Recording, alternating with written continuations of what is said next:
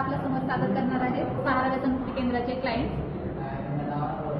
ते नाटक सादर करत आहे गेली माझी सख्खी बायको गेली. त्याच्यामध्ये पात्र मी तुम्हाला वाचून दाखवते. त्याच्यामधलं नवऱ्याचं कॅरेक्टर आहे संदीप कदम, मित्र आहे बापूराव नवगिरे, मांडी देणारा चिन्मय कुलकर्णी, बाटली घेऊन पिटाड्याचा रोल करणारा हनुमंत जाधव आणि सतीश भोई, सेल्फी घेणारा नितीन पाटील आणि लेडीज म्हणून कॅरेक्टर प्ले करणार आहे राजू जाधव आणि युवराज देवते.